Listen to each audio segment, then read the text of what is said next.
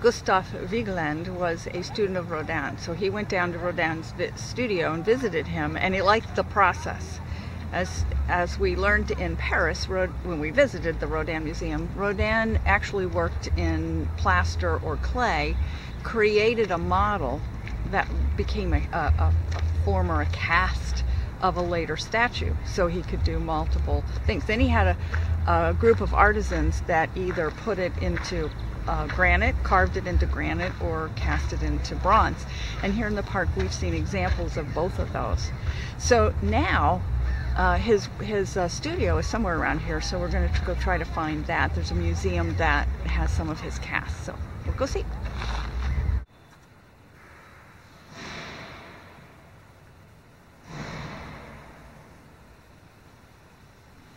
You know, Vigeland never would explain what his artwork was about. So they, I guess, make an attempt to interpret here, but he would never explain it.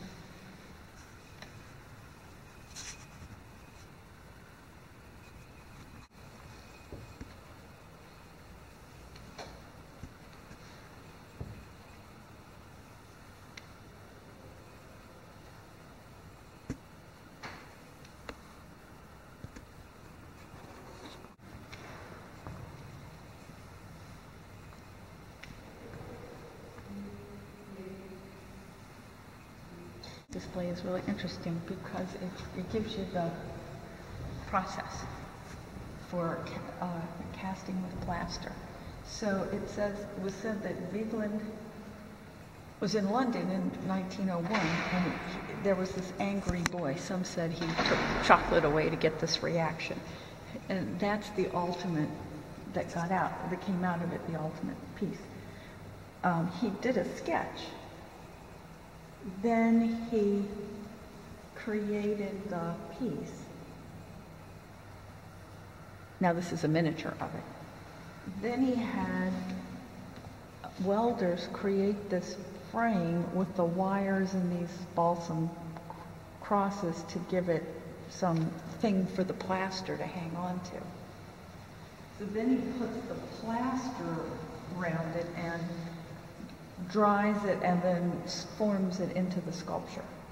Then he puts these, they're like spacers, because ultimately the cast is going to come out in pieces. It's not one great big mold, but it's pieces. So that separates the pieces. So now he's got the outside that's going to be this is the mold itself separated into pieces. And then, you know, he pulls that apart, but he has to do it in a way that he can use it over and over again.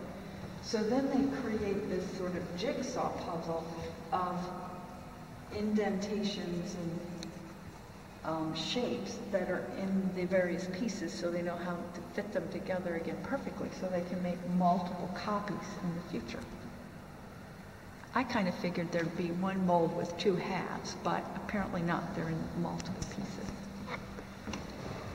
Here we are in Vigeland's studio, and this is the original plaster carving of the main fountain that we saw in bronze in the park. This is the plaster carving.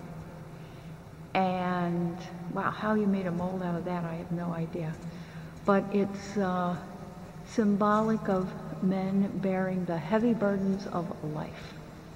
And then you see surrounding that are the tree statues that go around the fountain. These again are the originals.